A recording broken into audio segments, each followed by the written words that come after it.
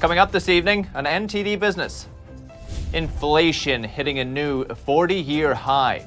From gas, food, and housing prices, they're rising across the board. Russia retaliates against Western sanctions, removing patent protections, essentially allowing Russian businesses to steal international patents. That and much more coming up on NTD Business. Great to have you with us. Paul Graney here live from New York City. I'm afraid we begin this evening with bad news for your wallet. Inflation didn't get any better last month. In fact, prices are rising even faster. If you ask the government, inflation hasn't been this bad in 40 years.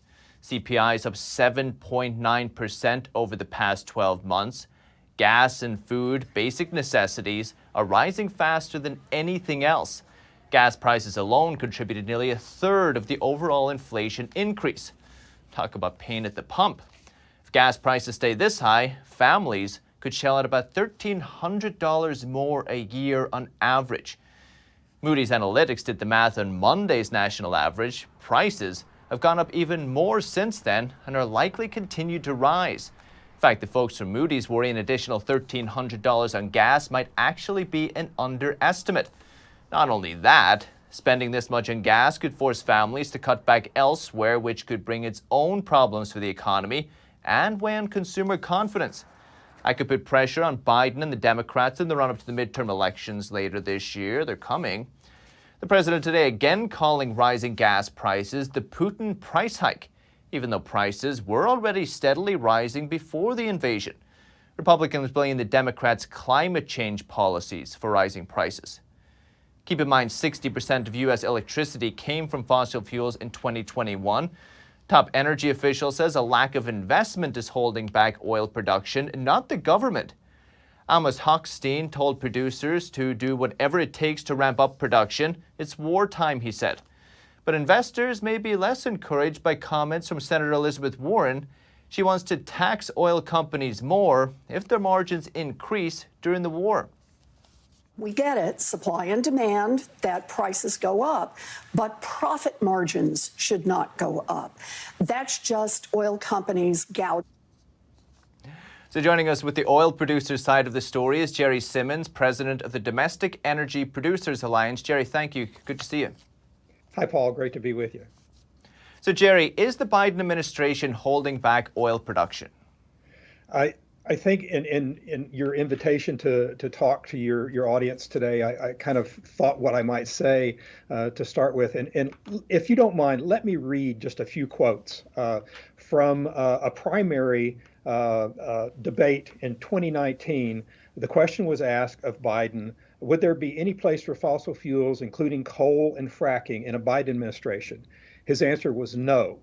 We would work it out. We would make sure it's eliminated and no more subsidies for either of those, no more fossil fuels. He looked at a young woman in one of his rallies and said, kiddo, I want to take you and have you look at my eyes. I guarantee you I'm going to end fossil fuels. And another quote from him is no more subsidies for fossil fuel industry, no more drilling on federal lands, no more drilling including offshore, no ability for the industry to continue to drill. It ends. That's what he said as he became president. So from the day that he was inaugurated, you can go to gasbuddy.com and look at a chart, and it shows the gas prices going up almost daily since his inauguration. It actually started on the day of the election in November of 2020. And Jerry, yes. Why is it important? Why is the support of the government so important? Why not just, as private enterprise, we still have a free market here. Why not just go and produce the oil? Right, and there have been statements recently about the production on federal lands and all, and most of the production in this country is actually on private land. So that's a great question, Paul. The thing is, when you make these statements about an industry, and as the president, the incoming president, then you kind of set the stage. And what's happened is after 2020, where the oil industry was devastated because of prices. Well, remember in April of 2020, the price price closed one day at a negative $38 a barrel. So with that in mind and the devastation we had as an industry, like everybody else in 2020, to have a president come in with this, to get investor money, to get capital, to go do what we need to do to drill the wells. A typical well today costs about $8 million to drill. This isn't cheap, easy stuff. And these projects take years in development to get everything done, to get the geology right, the engineering, and all of the infrastructure around it. Again, the Biden administration has put up roadblocks to infrastructure since coming in office. Through regulations, the Federal Energy Regulatory Commission that permits pipelines, they've got new regulations now that require some assessments that never have been required before. So those kind of things have hampered our efforts to ramp up production. So when the administration says that investment is a problem, a bottleneck, I think is the way they put it. It's not a lot. They're not telling tall tales. Investment is a problem. Yes, it's a problem, and they have thrown gas on that fire. Not to be funny, but that's exactly what they've done through some of their regulatory things. One of the administration's nominees to sit on the Fed has made statements about the oil and gas industry, and there should be no more banking, no more financing. And she hasn't been confirmed yet, but that's a concern when you have people like that in the administration making those statements. And speaking to investors, what do they want to hear, or do you think there's been too much rhetoric, in your words, to actually convince them to come back on board? You know, if the president would make statements and say, I retract those statements that we're going to end oil and gas and fossil fuels, and it's a necessary industry, and it's a necessity for our way of life in this country and globally, and I'm not going to restrict it, I think that would be huge. But I don't see that coming. If you got the full support from the administration, like you said, how long would it take you guys to bring gas prices down? It's going to take several months to get the production back up. We are about 1 million barrels a day less production now in this country than we were pre-pandemic. So late 2019, we were almost 13 million barrels a day in U.S. production. Now we're a little under 12 million. So and the Russian oil and refined products that just got banned by President Biden, that's about 700,000 barrels a day that we consume of Russian product. So that's going to take a while. Like I said, you've got to plan these projects out, and you've got to have the investor confidence that it's going to last. Really appreciate it, Jerry. Jerry Simmons, Domestic Energy Producers Alliance. Thank you. Till next time. Thank you, Paul. And in another financial blow to Russia today, Goldman Sachs announced it's no longer going to do business there. That makes it the first major Wall Street bank to leave Russia since it invaded Ukraine. Spokesperson said the move is, quote, in compliance with regulatory and licensing requirements. It's unclear how many people the bank employs in Russia or how much money it makes there. Citigroup also announced plans to halt consumer business in Russia, but is still supporting corporate clients there, including many U.S. and European companies. British authorities have hit Russian billionaire Roman Abramovich with a travel ban and an asset freeze. Britain tightening the screws on oligarchs with close ties to Putin. Abramovich famously owns the Chelsea soccer franchise. He's one of 7 Russian businessmen who Britain added to its sanctions list. All 7 will be subject to asset freezes and travel bans, with attempts to circumvent the sanctions being a criminal offence. British Prime Minister Boris Johnson called the move the latest step in Britain's support for Ukraine. Moscow has been hit with crippling sanctions that threaten to cast Russia into its gravest crisis since the collapse of the Soviet Union some 30 years ago. Besides government sanctions, a large and growing number of private companies have also cut business ties with Russia. You've heard the desperate times call for desperate measures. Well, Russia has officially legalized patent theft through official government decree, and now it's planning on seizing the assets of every firm that leaves the country. NTD's Faye Quarter has more.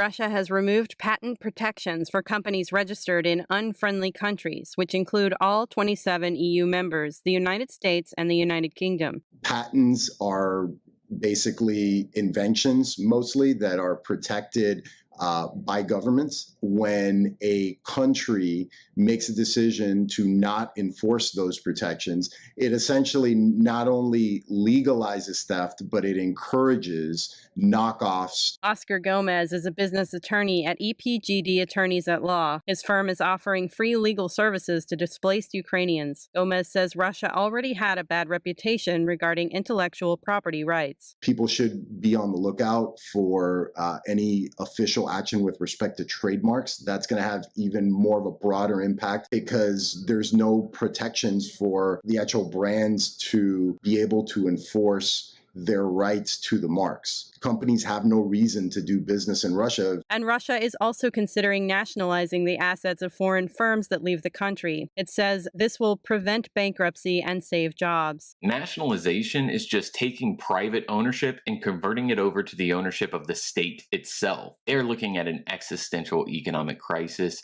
going into a black hole that there may be no exit from. And so at that point, they're just looking to kind of stop the bleeding, to keep people working so that even if they're getting paid in currency that's becoming ever worth less every day, they have something there as opposed to nothing. Nicholas Creel is a business professor at Georgia College and State University. Creel says this act of desperation is probably the best thing they can do since Russian leader Vladimir Putin isn't backing off the military operations. The problem long term is only going to be all the worse whenever you consider that no one, even if Russia calls off its invasion entirely and pulls back, the long-term investment prospects in Russia are now pretty much down to zero.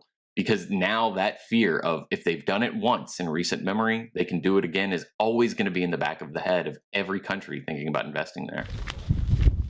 Russia says companies that resume operations within 5 days wouldn't be taken over. If they don't resume, the government would run the company for 3 months, followed by an auction of the new organization's shares. Bay Quarter, NTD News. And back in the States, the House passed a massive spending package late yesterday, including $13 billion in emergency aid for Ukraine. That's on top of $1.5 trillion in funding to avoid a government shutdown, keep things running through September 30th. The aid for Ukraine has received bipartisan support in Congress. The latest package will be split across military and humanitarian funding for Ukrainian citizens. More than 2 million have already fled the country. Meanwhile, House Democrats were forced to remove a roughly $15 billion COVID-19 aid initiative. The Senate is expected to vote on the Ukraine aid and federal funding package later this week. And a tech watchdog is accusing Amazon of using suppliers linked to forced labor in China. Amazon isn't the only company facing questions about its Chinese supply chain. NTD's Colin Fredrickson has more. Amazon is working with suppliers that are linked to the use of forced labor in China, according to a recent report by the Tech Transparency Project, or TTP. It is difficult for companies, for importers here in the U.S. to know that they face difficulties as well in getting information. There have been public warnings about these suppliers, but Amazon continues to work with them. Fred Rockefort is an attorney with extensive legal experience in China. He says it's difficult to snuff out forced labor practices. At the same time, he says that unfortunately, there are importers who are not interested in finding out whether their suppliers are using forced labor. TTP found that 5 suppliers for Amazon Basics were previously linked to forced labor practices. Those allegations came from both think tanks and journalists. Amazon told NTD that they comply with applicable laws and regulations in the areas where they operate, and that they take action when they receive proof of forced labor. And Amazon is not alone. Apple and other Silicon Valley giants have been similarly accused, though Apple said it has found no evidence of forced labor anywhere they operate. In December, President Biden signed a law that blocks the importation of products from the Xinjiang region. That's unless it can be proven that no forced labor was involved. The greater problem is that the forced labor problem in Xinjiang has extended past Xinjiang's borders. This is well documented. The government authorities enable the transfer of laborers from Xinjiang to other parts of China. But government entities and the companies that are accused of using forced labor don't always provide access for inspections. I don't think it's likely to shrink anytime soon, though. It's going to take some time to take that market share away from China. Like Hagen, Rocafort thinks it's difficult to boycott products from China since the U.S. relies on them so much. He says that the U.S. needs to take a much broader view and reassess its entire trade relationship with China. Colin Fredrickson, NTD News. And Wall Street resumed its sell-off today. All three major indexes ended in the red. The Dow fell 112 points, 0.33%. The S&P 500 lost 18 points, 0.4%. And the Nasdaq lost 126 points, almost 1% today. And in a sudden 180, United Airlines plans to let unvaccinated workers come back to work, according to a memo seen by the Epoch Times. In the memo, United's VP of Human Resources said COVID cases have plunged. Many cities and states are lifting restrictions. So he says United is confident they can let employees return to work safely. United, you'll remember, was the first U.S. airline to impose a company-wide vaccine mandate. Workers were supposed to be able to apply for a religious or medical exemption, but a federal lawsuit said for some workers, even after they were granted that religious exemption, they're forced to stop working, receive no pay, among other things. That lawsuit is still ongoing. United fired more than 200 workers for not getting the vaccine. But now with this new policy, will those workers get their jobs back? United declined to say. And also today, the federal government extended its mask mandate for public transportation. That means you'll still have to wear masks on trains and airports until April 18th.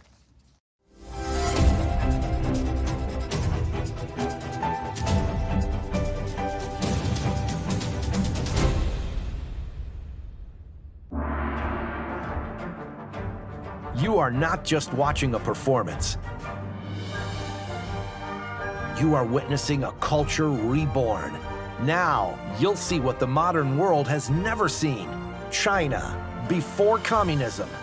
Live on stage, Shen Yun 2022. Coming to Lincoln Center, March 10th through the 20th. Tickets at shenyun.com or call 888-90-SHOWS. Secure, the true solution for your digital privacy and security. Secure is a private and secure messaging and email solution hosted in Switzerland, using military-grade encryption and Swiss privacy laws, giving you true privacy. Secure is 100% private and does not collect or sell any of your personal data. Secure's Helix technology connects you securely to our Swiss servers without the need of a VPN, guaranteeing privacy and security for all your communications. Secure Messenger doesn't require your phone number or any personal data that hackers target. Chat by Invites allows you to chat privately and securely with anyone outside of your secure network without the need for others to download Secure.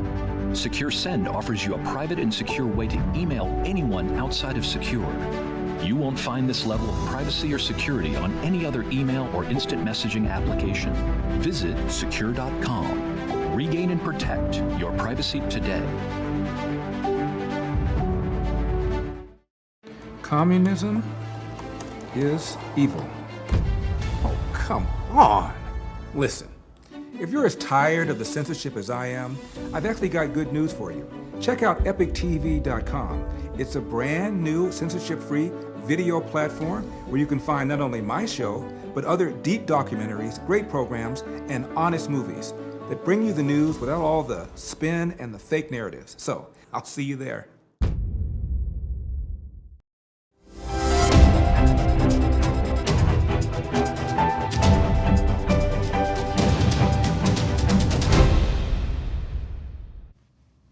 Welcome back. Traditional craftsmanship in the Big Apple. This artificial flower shop is the last of its kind in the city. Today it supplies flowers to Broadway shows, some of the biggest names in Hollywood and the fashion industry.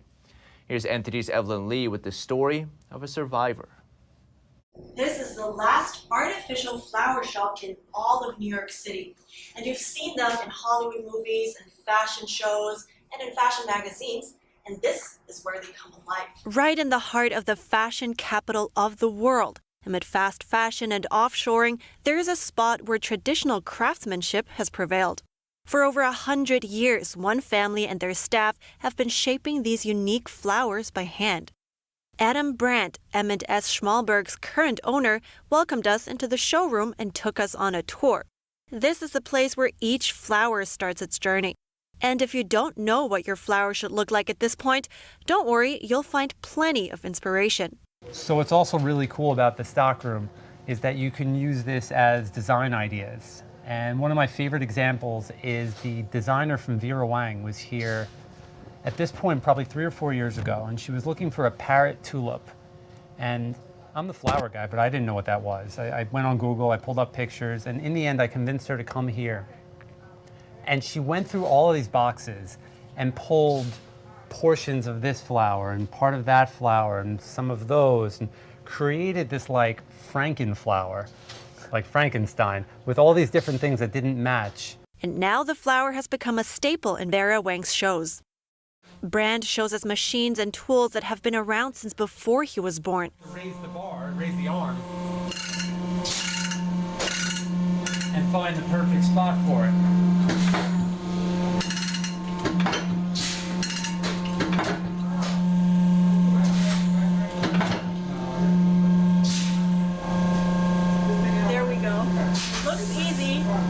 It actually requires quite a bit of skill.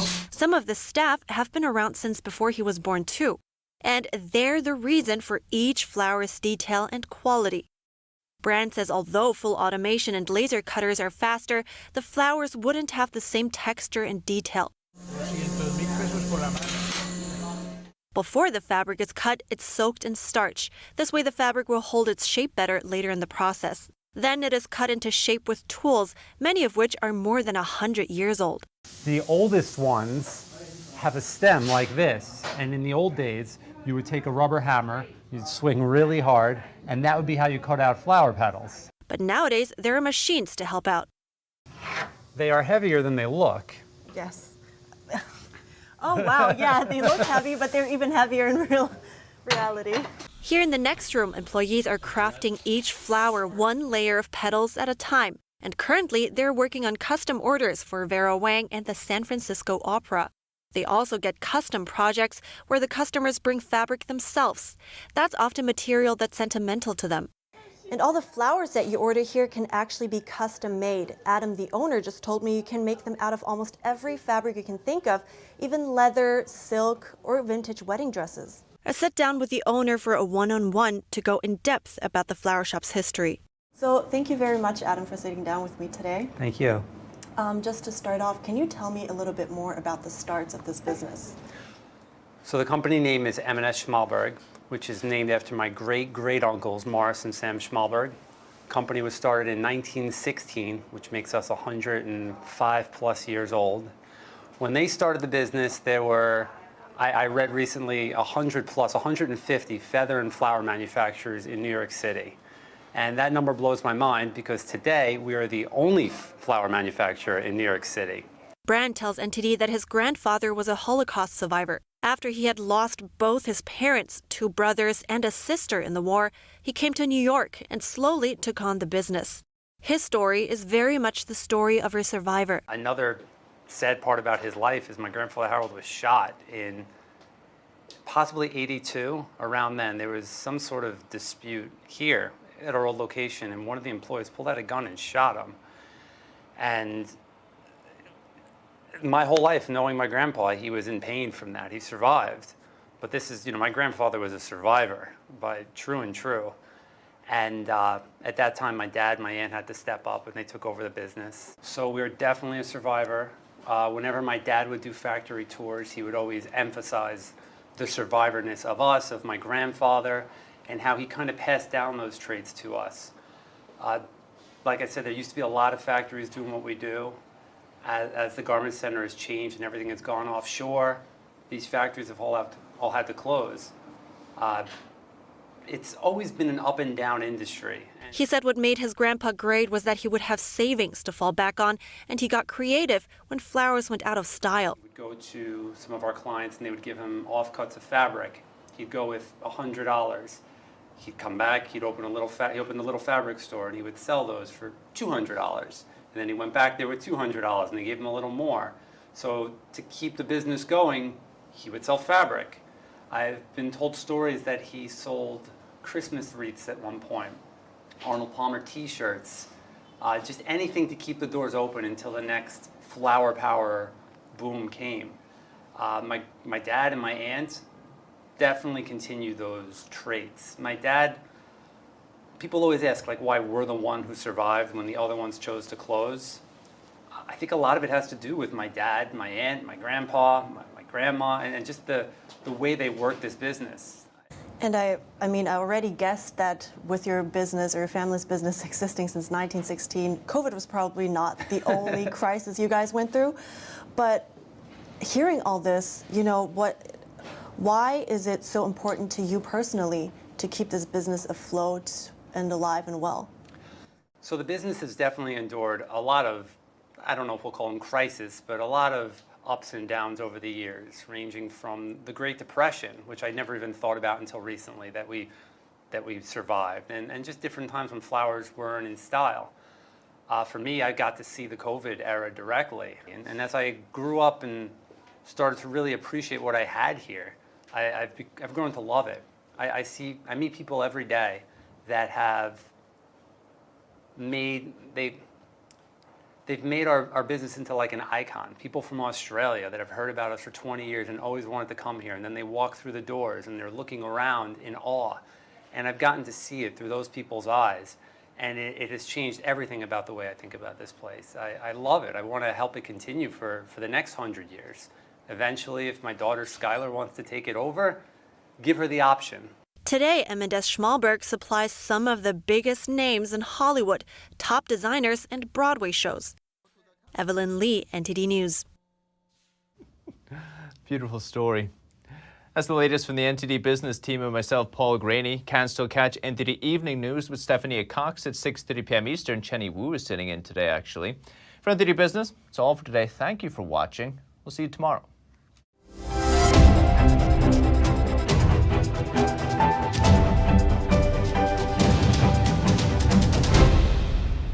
Thanks for watching us on YouTube. Did you know YouTube only keeps selective videos on its platform? So if you want to make sure you get the full picture, just subscribe to our newsletter. Go to newsletter.ntd.com and sign up. It's free.